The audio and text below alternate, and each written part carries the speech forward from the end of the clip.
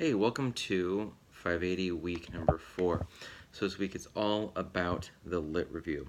The announcements has a lot of what I'm about to share, links to all the details you will need, a few really big picture things about the peer review. It's around your lit review, so you've been working on that for a while now. The biggest thing you will notice is that the person you are having review your lit review is not in your capstone group. So they're not going to know about what you're talking about or have really any context. So hopefully Lit Review is going to give that context for them. Those groups are shared in the announcement for week 4, and the protocol for actually handing out your Lit Review for peer review is all inside the discussion board. Inside of week 4, there is a threaded discussion just for sharing, and there's really detailed instructions inside that discussion board. This is also one of those times where there's a lot of moving parts going on, so the more often you can go through and look at, in the sidebar where it says capstone resources, look through all of that, particularly as you look through the capstone rubric as you're doing your assignments, so that you know how you're being assessed. Those are going to be really, really useful. And often when I get an email asking me something, I just open up capstone resources inside of 580 on Blackboard, and usually end up finding that answer. So still don't be afraid to reach out to me for questions or clarification, because I know that there's just a lot going on. There's a lot of moving parts, and I'm here to support. Also know that capstone resources inside of Blackboard on that sidebar, or maybe the left sidebar, I don't know if it's going to be mirrored or not in the video I'm making now, it's maybe here.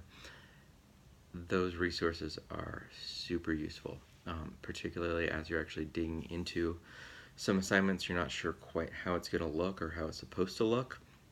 There's that example at the bottom of capstone resources walking you through an entire capstone project. So it's a great model. There's also links in the resources for what a lit review should be, the components of it, and giving you tips. So look for that link in that. What else? One more thing, just to clarify, it might make more sense. Through video, you're going to be using Microsoft Word for the peer review. So there's a handful of reasons for that. I think that Google Docs is easier just to work with, because you can access it from any device you own. So actually, writing the lit review, particularly as you start to put it all together, then Google Docs is just so nice for that. When it comes to actually track changes, there's a couple of really specific protocols that Microsoft Word does for tracking changes when it comes to lit reviews. So Word in particular is just super important to use for that. So that's kind of part one. It ends up behaving pretty differently, and even though some parts are the same, there's definitely some nuance that you only get in Word that you definitely don't get in Google Docs. And even if you were to open something like Pages from Apple, or like OpenOffice, the way that they export into Word, usually a few things are a little bit goofy or tricky.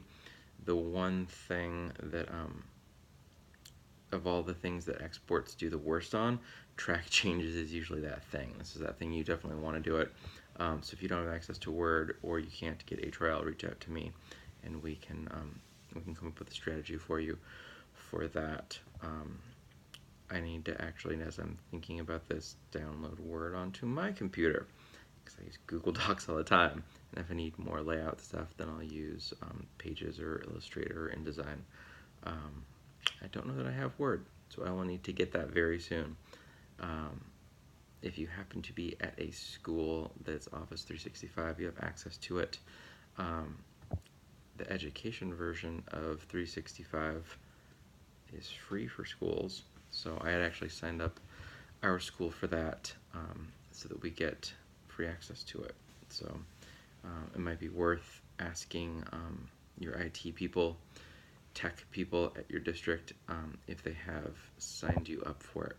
It's one of those things that I actually don't mention to new faculty or even current faculty, just because collaboration is such a critical part of teaching and just being an educator at our school, and Word makes that harder to do. That real-time collaboration you get with docs just isn't nearly as seamless. So you might get lucky. If you happen to work at our school, you're like, hey, do we have like Word or Office? My answer would be, yeah, we do. We don't share it out because we use Google Docs, and it's great for that. But yeah, who knows? You end up getting lucky with that, and that's about what's going on this week. Please reach out as you have questions. I'm here to support and look forward to seeing your peer reviews progress.